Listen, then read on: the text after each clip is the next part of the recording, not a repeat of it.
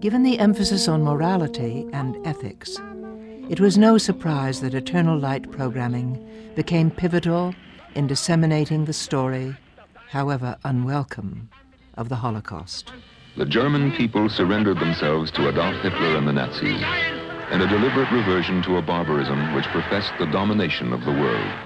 From the earliest program, The Battle of the Warsaw Ghetto, the Eternal Light attempted to enlighten listeners as to the war's horrors.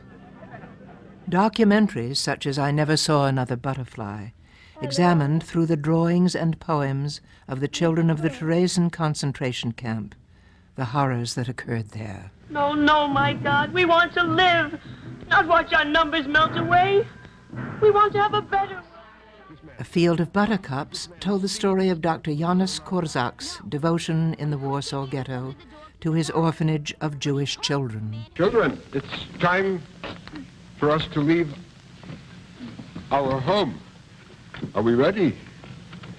Then come, Abrasha, you and I will lead the way.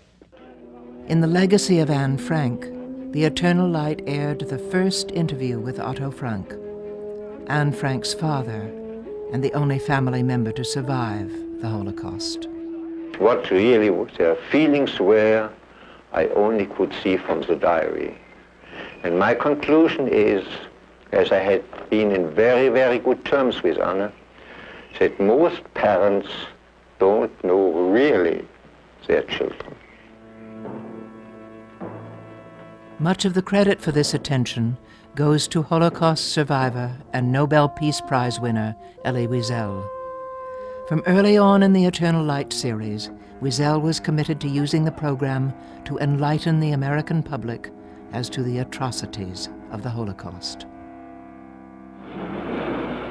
It all began here, it all ended here. Children became old men overnight, and Siget turned into Jerusalem, Jerusalem up there in heaven. Wiesel's involvement with the Eternal Light series was extensive.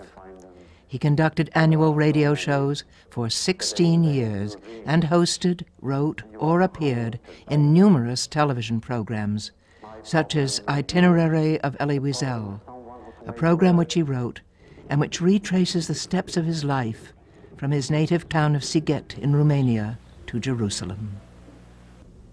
Wiesel also made use of the Eternal Light platform to inform audiences about current injustices. It was from his voice that the American people learned of the conditions of Soviet Jewry. I have often been asked what I saw in the Soviet Union.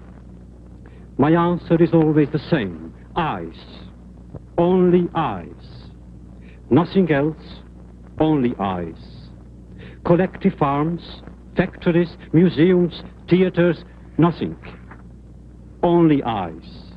I would go personally from conference to conference, from convention to convention, from community to community, trying to awaken at least the Jewish community to the plight and the nobility of the plight, and the nobility of the resistance, of the fight for freedom, for sovereignty, for identity within the Soviet Union. And they didn't want to hear here in the United States. And in the beginning it wasn't easy. People don't like to hear sad stories. They like to be entertained. And these stories were anything but entertaining. And nevertheless, slowly, I realized that more and more people listened. I would meet people in the street or in the bus saying, I heard you on Eternal Light.